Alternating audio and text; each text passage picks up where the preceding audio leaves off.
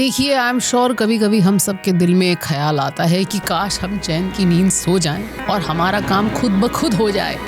But ऐसे सपने कहाँ पूरे होते हैं ना।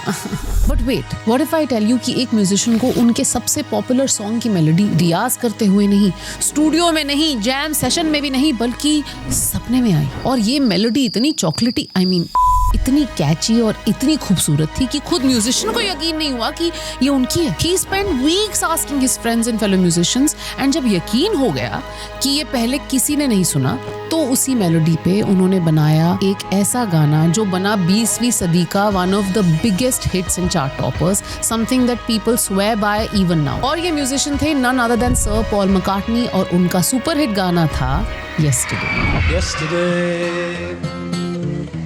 All my troubles seem so far। But आज का सवाल ये है कि अगर ड्रीम डिपार्टमेंट आपकी लाइफ को इतना तगड़ा सपोर्ट दे सकता है, तो हमें किसने बोल दिया कि ड्रीम्स आरंट ट्रू? सपनों की दुनिया ने ना इंसान को हमेशा से फैसिनेट किया है। हम सपने क्यों देखते हैं, जो देखते हैं उसका क्या मतलब है, क्या सपने फ्यूचर बता सकते हैं? अब देखिए, क्वेश्चंस की लिस्ट तो एंडलेस है, but let's begin from answers. क्योंकि latest research in the field of sleep and dreams reveal that dreams actually आपको काफी आंसर्स दे सकते हैं and can support you heal करने में, प्रॉब्लम सॉल्विंग में और क्रिएटिव सोल्यूशंस ढूंढने में, और मे बी कभी कभी ये पता लगाने में भी कि आपकी लाइफ का द वन कभी आएगा या नहीं, या फिर इस बार मैथ्स में आप पास होते हैं या।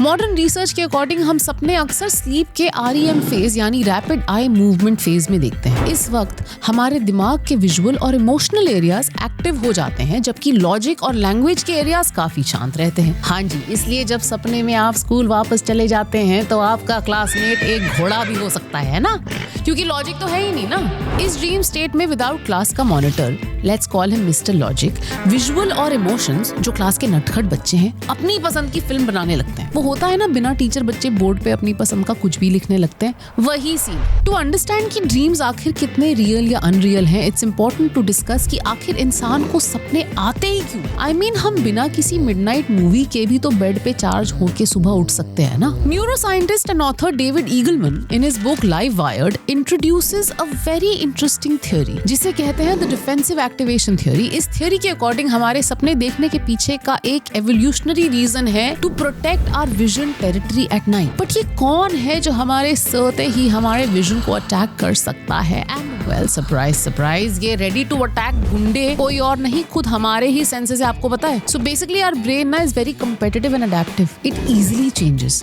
अगर रात भर हमारे विजुअल कॉर्टेक्स को कोई इनपुट नहीं मिले ना, तो ये बाकी के सेंसेस जैसे कि टचिंग या हियरिंग उस पे कब्जा कर लेते हैं। What the UK US is this?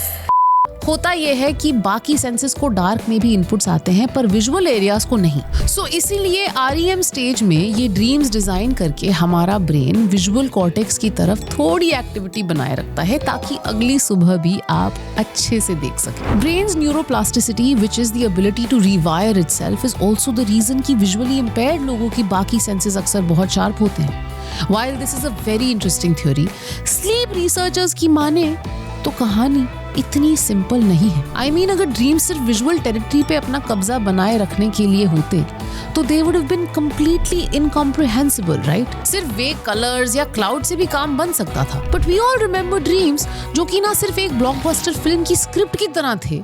Some of them even come true। इसका तो यही मतलब हुआ ना that ड्रीम्स के साथ साथ उनके कंटेंट सिलेक्शन के पीछे भी कुछ रीजंस होते हैं which are so helpful to us। Finnish cognitive neuroscientist Antti Revonsuo की माने तो ड्रीम्स बेसिकली एक सर्वाइवल ट्रेनिंग की तरह है, जहां आपको थ्रेटफुल सिचुएशंस की पहले ही प्रैक्टिस करवा दी जाती है। Case in point are nightmares, जो इनडायरेक्टली आपको 2 सर वाले मॉन्स्टर से लड़ना सिखा देते हैं, या सपने में ही आपकी अप्रेजल मीटिंग हो जाती है। सिमिलरली सम थ्योरीज से कि ड्रीम्स एक्चुअली ब्रेन का एक ऑफलाइन प्रॉब्लम सॉल्विंग स्पेस भी है। सो इस थ्योरी के अनुसार होता ये है कि आपके सपने दिन में सोचे हुए प्रॉब्लम्स के सॉल्यूशंस ढूंढने का एक एक्टिव एक्टिव लैब सा बन जाता है रात को जब आप सो रहे हो। कई डिस्कवरीज, मास्टरपीसेस और यूनिक आइडियाज का क्रेडिट ड्रीम्स को दिया गया है। जैसे heavy weight boxer Floyd Patterson ने कुछ न्यू पंच कॉम्बिनेशंस अपने ड्रीम में देखे और अपने ओपोनेंट्स को इन अनएक्सपेक्टेड मूव्स से सरप्राइज कर दिया। In fact famous Indian mathematician S Ramanujan के दोस्तों ने भी क्लेम किया था कि वो उन्हें कहते थे दैट स्क्रॉल्स और मैथमेटिक इक्वेशंस के सॉल्यूशंस उनको सपने में आते थे। अब वो पता नहीं कितना सच है कि झूठ, but it's worth something, right? This clearly means that dreams आपके फेवरेट प्रोग्राम के बीच में आ रहे यूजलेस एड्स जैसे बिल्कुल नहीं है, बल्कि ये साइलेंटली आपकी लाइफ की स्टोरी को इन्फ्लुएंस करते रहते हैं। जस्ट लाइक स्लीप, ड्रीम्स ने भी ह्यूमंस को काफी इंट्रिग किया है और हर कल्चर में इसकी अलग इंटरप्रिटेशन रही है। एक बहुत यूनिक चीज जो मैंने पढ़ी थी इज दैट कोरिया में लोग एक्चुअली एक दूसरे के सपने खरीदते हैं, पता है? For example, if there someone जिसको अपने सपने में टाइगर दिखता है और इसका मतलब ये होता है कि उनका एक बेटा होगा, तो कोई और इंसान जो चाहता है कि उनके घर बेटा हो उनसे वो सपना खरीद सकता था। And legend has it that it would actually come true. You know, it's actually kind of wild कि ऑलमोस्ट हर एंशिएंट सिविलाइजेशन के पास अपना एक प्रॉपर ड्रीम इंटरप्रिटेशन सिस्टम था। जैसे इजिप्ट में सपने कैजुअली नहीं लिए जाते थे, उन्हें डायरेक्टली गॉड्स का मैसेज माना जाता था। वहाँ एक और प्रैक्टिस थी जिसका नाम था ड्रीम इंक्यूबेशन। मतलब लोग मंदिरों में जाके सोते थे स्पेसिफिकली इस इंटेंशन के साथ कि उन्हें कोई डिवाइन सपना आए और शायद उनकी प्रॉब्लम का आंसर मिल जाए। ग्रीस में भी कुछ ऐसा ही सीन था। ज़्यूस के बारे में माना जाता है कि वो सपनों के थ्रू मैसेजेस भेजते हैं। इंडिया की बात करें तो वैदिक ट्रेडिशन में सपनों को स्वप्न कहा जाता है। अथर्ववेद और चंद्रयोग उपनिषद दोनों में इसको काफी डिटेल में एक्सप्लोर किया गया। यहाँ सपने सिर्फ रैंडम नहीं थे, एक स्टेज था कॉन्शियसनेस का जहाँ से हायर अंडरस्टैंडिंग तक पहुँचने की बात की जाती थी।